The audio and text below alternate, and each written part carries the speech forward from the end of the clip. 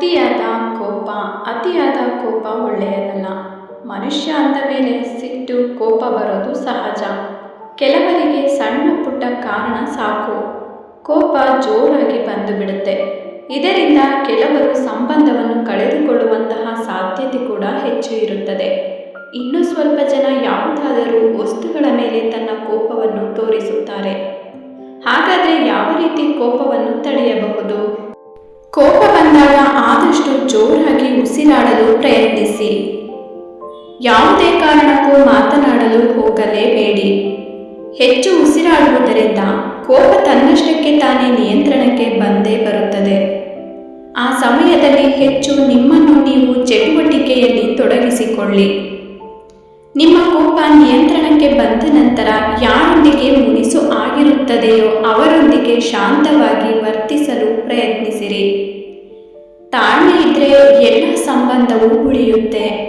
ಕಿರುಚಾಡಿ ಅನ್ಯ ಜೀವಿಗಳ ಮೇಲೆ ಅಥವಾ ಮನುಷ್ಯರ ಮೇಲೆ ನಿಮ್ಮ ಕೋಪವನ್ನು ತೋರಿಸಬೇಡಿ. ಸ್ವಲ್ಪ ವಿರಾಮವನ್ನು ತೆಗೆದುಕೊಳ್ಳಿ.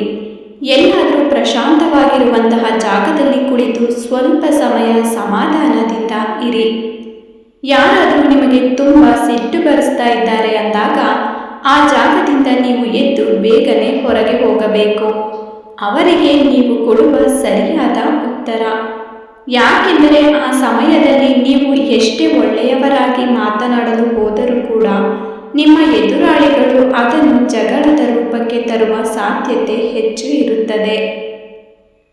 ಆದ್ದರಿಂದ ಆ ಜಾಗದಿಂದ ಸ್ವಲ್ಪ ಹೊತ್ತು ಹೊರಗೆ ನಡೆಯಿರಿ. ಇನ್ನೊಬ್ಬರ ಮೇಲಿನ ಕೋಪಕ್ಕೆ ಅದೆಷ್ಟು ಜನರು ತಮಗೆ ತಾವೇ ಹಾನಿ ಮಾಡಿಕೊಳ್ತಾರೆ.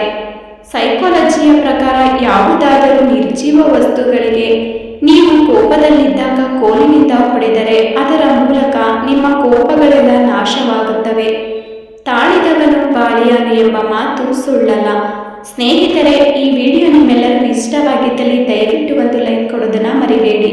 ಮತ್ತಷ್ಟು ಇಂತಹ ಮೋಟಿವೇಶನ್ ವಿಡಿಯೋಗಳಿಗಾಗಿ ನಮ್ಮ ಚಾನಲನ್ನು ಸಬ್ಸ್ಕ್ರೈಬ್ ಮಾಡಿಕೊಳ್ಳಿ. ನಿಮ್ಮೆಲ್ಲರಿಗೂ ಶುಭವಾಗಲಿ. ಧನ್ಯವಾದಗಳು.